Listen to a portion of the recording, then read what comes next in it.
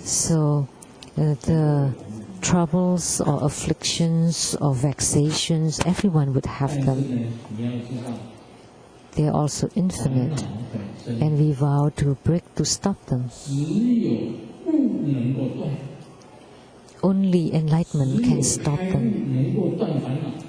Only enlightenment can stop our vexations or our troubles. Enlighten to the unattainability in this world. Once you awaken to this, then you can stop all the vexation or all the troubles. Because we know everything is ever-changing, everything can deteriorate or disappears.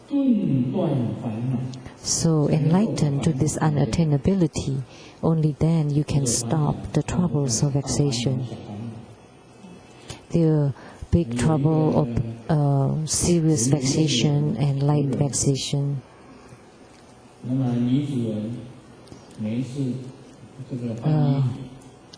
There's a couple and the lady, there's a male maid in the house, and then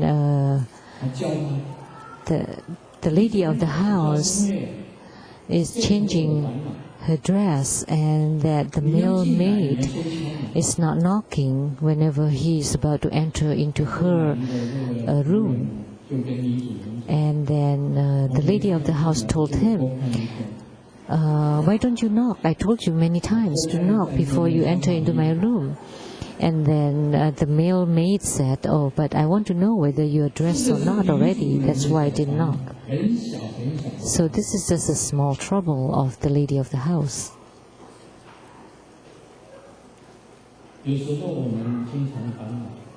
Vexations includes troubles big and small.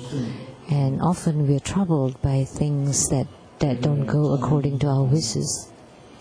Or in dressing, getting dressed, or in washing dresses, in eating,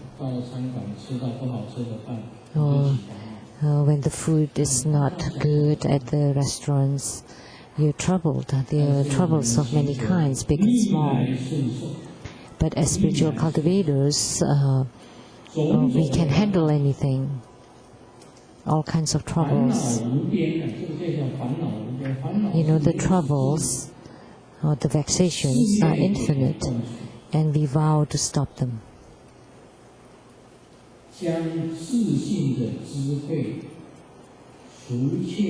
By employing the prajna wisdom of the self-nature, we are eliminating the deluded or the elusive thinking.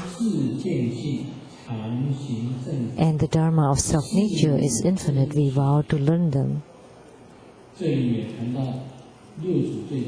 And we need to see the self-nature and to employ the right Dharma. That would be a true learning. So, we have to be able to see our true Buddha nature, then there would be a true Buddhism.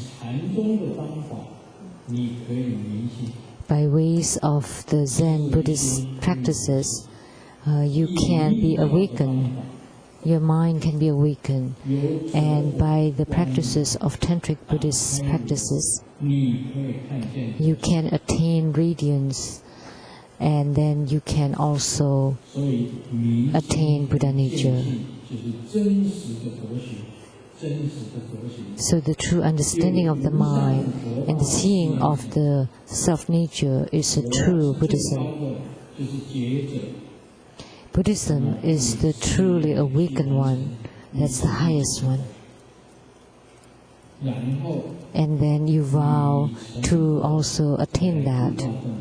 And once you attain Buddhahood, you want to liberate other sentient beings, to teach them to abandon delusion. And yet, once you awaken, you also want to abandon the awakenings. And that at all times you would retain or maintain the wisdom, the prajna wisdom, the perfect wisdom. At that time, there is none of the so-called trueness or the falseness. That's seeing the Buddha nature.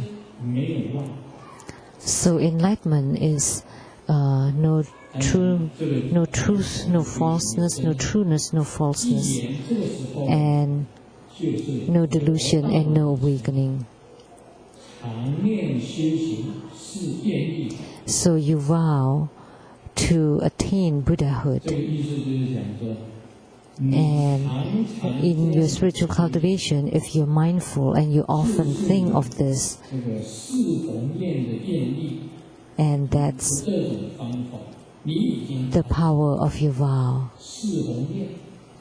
then you make a great vow or universal vows, the 4 universal vows, that the sentient beings in our minds are infinite, we vow to liberate them. The troubles or vexations in our minds infinite, we vow to stop them. The Dharma of self-nature is infinite, we vow to learn them. And we vow to attain the ultimate Buddhahood of self-nature. Those are the 4 universal vows. And when you can attain or realize the 4 universal vows, this kind of methods is called the method of by the power of your vows. So that's the teaching for today. Om Mani Padme Hum.